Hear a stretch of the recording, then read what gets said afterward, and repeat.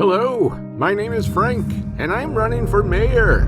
I like all the things you like, and I hate all the things you hate. Only more, because I'm passionate about the issues. I'm so passionate you may have to hose me down. Hi everyone, today I thought we'd analyze the Mayoral Caravan System video. And concepting out the designs that are going to make Ashes of Creation, I had a lot of fun, particularly with thinking about the Caravan system in general, because I'm not going to pause here because Steven doesn't want you to see the code. It involves that risk versus reward that I and so many others like me enjoy, getting to fight for what you've worked hard to earn, and getting to keep that reward at the end of the day when you're successful, or the bite that happens if you lose it. It's a fun. I think this guy lost more than the battle. Where you don't know what the outcome is going to be, but you have to participate in order to achieve these things. So the Caravan system really allows players to kind of be cooperative, to be against one another. It's really up to the friends and foes that you make during your experience as a player.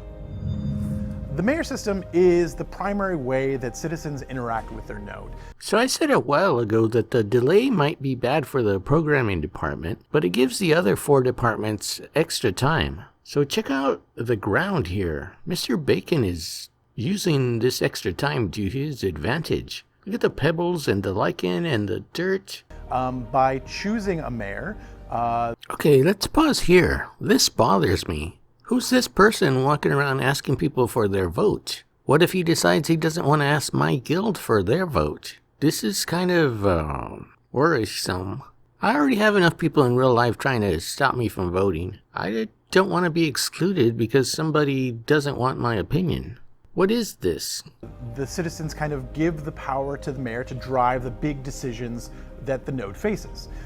This includes things like the economy. It includes things like alliances and trade routes. And so the mayor basically chooses the direction that the node goes. Does the node want to be economically focused? Does it want to be more warlike? The node's mayor determines which direction it goes. And so the citizens kind of put faith into their mayor. Unless I don't want to do it. If the mayor orders the barracks to be built and I don't want to because I want to build a pier instead, I'm not going to work on his barracks. There are a lot of tools that are available to the mayor. They can dictate the course of a node's development by electing certain buildings to be built. They can determine alliances and trade agreements between their fellow cities around them. They can declare wars, and they can initiate these caravans as a means to transit goods between the different regions. Mayors have a lot of control over that, which is why monthly players have the ability to change the mayor out if they don't like the direction that their city is going. Or do they? Because if I don't want your city to make an alliance with somebody else's city, all I have to do is attack that mayoral caravan and make sure it never arrives, and then you don't have an alliance with that other city, because I blocked it. The Caravan system is another very big part of the node system. They're the main driver of economic activity, and there's a bunch of different types of caravans. The one that we're talking about today is the Mayoral Caravan. The Mayoral Caravan is what's launched when mayors are trying to establish a trade route with another node, or they may be trying to garner extra resources by doing a caravan quest. Okay, did you get that? A caravan quest. So even if your mayor is an isolationist and doesn't want to make friends with the other nodes around it, he's still going to have to do, or she is still going to have to do quests with that caravan. Developing a city is... Okay, let's pause and read this message. Okay, they're going to the desert node and he's asking for citizens to help protect the caravan. So that sounds like a volunteer operation, and you can just join in and... No small process. It requires a lot of resources and the aid of a lot of different players. The Caravan system is a way for players to participate in driving that trade between the different cities that exist in the world to ensure that your node has the resources it needs to continue development. We really wanted players to experience that risk versus reward. In the times that I've played MMORPGs over the past decade or so, I've noticed that that's slowly been creeping out of the calculus for player interactions in the game. Risk versus reward, it's all just become reward for the most part. And the Caravan system really allows the player to take a risk, and in exchange, depending on the size of that risk, they get an equitable reward. The Caravan system allows for that to exist by moving goods that can be lost during that transit. Okay, so notice how this guy is driving the caravan, but he isn't being attacked. So maybe this is a good spot to put one of your weaker players. Or maybe he's getting punished because he doesn't get to fight. Like that guy who was naked earlier. Maybe that was his punishment, to drive the caravan in the buff. It becomes a very dangerous activity, one that requires the support of a lot of your friends or guilds or fellow citizens to make sure that those goods make it to their destination. Okay, so here's another tip. That mushroom wasn't bothering anybody until it was attacked. So save your energy for other players, not for fighting things that don't need to be fought.